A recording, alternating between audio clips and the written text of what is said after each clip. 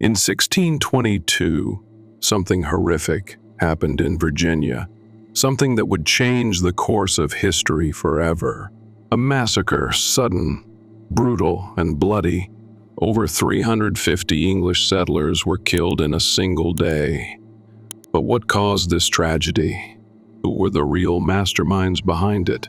And why did the Powhatan warriors decide to betray their supposed allies in such a violent way? Prologue: a land of promise and peril. In 1607, 3 English ships dropped anchor off the coast of a distant, untamed land that would come to be known as Virginia. Aboard them were men driven by dreams of wealth, adventure, and a fresh start.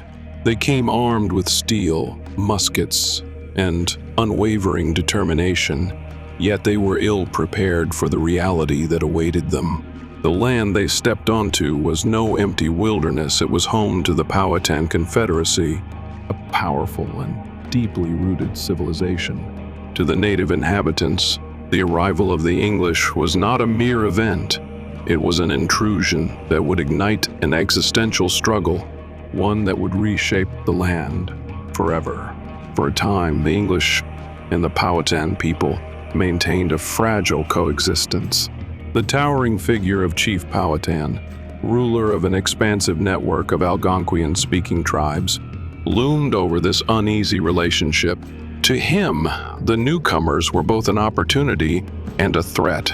Trade flourished. English metal tools, weapons, and textiles were exchanged for native corn, fish, and furs. Yet peace, like dry leaves before a storm, was precarious. As English settlements expanded and their hunger for land grew insatiable, tensions mounted.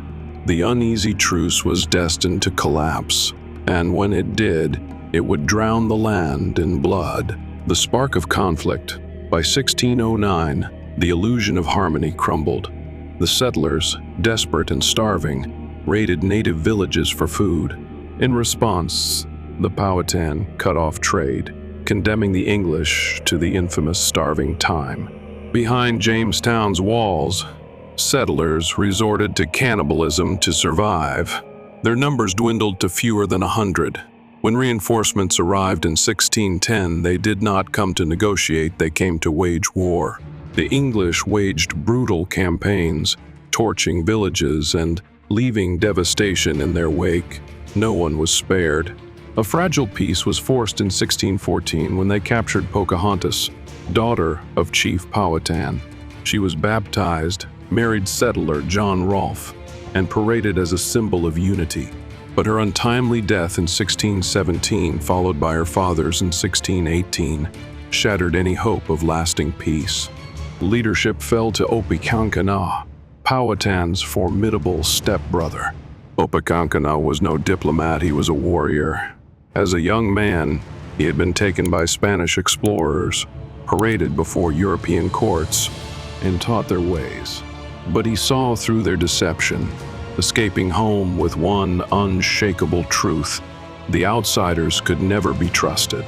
He watched the English arrive, speaking of friendship while stealing land. He saw his niece, Pocahontas, taken, baptized, and married, only to die in a foreign land.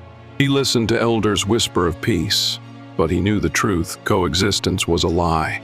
The English were a disease, and he would be the cure. For 4 years he planned. He studied their routines, their weaknesses, their arrogance. When he struck, it would be swift, merciless, and absolute. The massacre of 1622, March 22, 1622. The settlers of the Virginia colony rose with the sun, unaware that death walked among them. Powhatan warriors moved through the settlements, as they had done many times before, smiling, speaking in the settlers' tongue, offering gifts of meat and fruit. The English, accustomed to their presence, suspected nothing. Some even welcomed them into their homes, offering them a place at the table, thinking them as peaceful allies. Trust had grown over the years, a fragile peace built through trade, uneasy diplomacy, and occasional alliances. But this time, something was different. Then, The knives flashed. Iron-tipped arrows whistled through the morning air, striking flesh before screams could escape. Axes split skulls with brutal precision. Blades plunged into unsuspecting backs. The warmth of the sun turned cold with the chilling cries of the dying. Homes became tombs. Fields became battlegrounds. The very earth beneath their feet seemed to quake with the horror of the slaughter. Within hours, 347 men, women, and children lay dead, slaughtered in their homes, on their farms, in their churches. The attack was swift, calculated, and meticulously executed. Powhatan warriors struck at the heart of the colony, erasing entire families in mere moments. Remote homesteads burned, their flames licking at the sky. The ground ran slick with English blood, the smell of smoke and death rising into the heavens. Some settlers fought back, swinging farm tools and muskets in desperation. Others barricaded themselves inside their homes, holding doors shut with trembling hands, praying that somehow they would survive the onslaught. Mothers clutched their children, whispering prayers that would go unanswered. But the warriors were relentless. There was no mercy, no hesitation, only death. This was not just an attack. It was a message carved in blood. The English are not welcome here. But fate had other plans. A native boy, a Christian convert loyal to the English, learned of the plot. His conscience waged war with his kinship, torn between loyalty to his people and the teachings he had embraced. In the end, he chose to betray his own flesh and blood. His warning, though delayed, reached Jamestown just in time. The settlers, alerted to the attack, braced themselves for what was to come. They barred the gates, loaded their muskets, and sharpened their blades.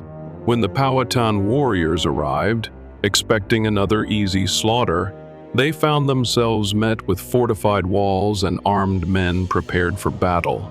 The attack on Jamestown failed. The town survived, though at great cost. Grief turned to fury. The survivors, haunted by the loss of loved ones, were consumed by vengeance. Their rage burned hotter than the fires that had destroyed their homes. They razed Powhatan villages, cut down warriors and farmers alike, and left no refuge untouched. No peace would be found until the land had been washed clean in blood. The English settlers were relentless.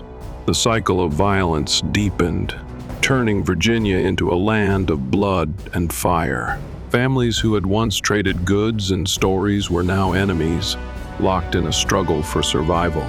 The massacre was not an isolated event. It was a spark that ignited a decades-long war.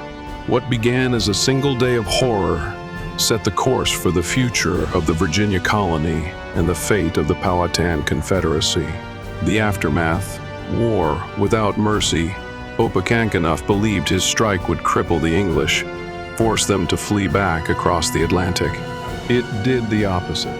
The settlers, fueled by rage and vengeance, launched an extermination campaign. The Second Powhatan War, 1622-1626, was not a battle for land. It was a war of annihilation. The English torched native villages, slaughtered entire communities, burned crops, poisoned wells. They hunted the Powhatan like animals. No mercy, no surrender. The war dragged on year after bloody year, but the English did not just survive. They expanded. Ship after ship arrived from England, bringing more settlers, more weapons, more death. The Powhatan, once lords of the Chesapeake, were being erased. By 1632, the once mighty Confederacy was a shadow of itself, fractured, weakened, dying. But Opechancanough was not finished. In 1644, an old man now, he launched one last, desperate attack.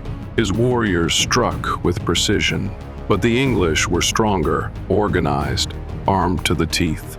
They retaliated with devastating force. What followed was not war, it was slaughter.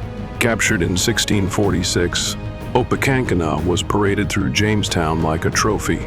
His authority was stripped. His people were broken. Before he could be executed, an English soldier shot him in the back of the head.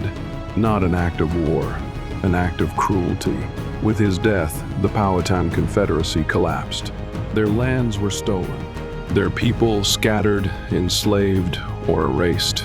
Resistance was crushed. The war was over.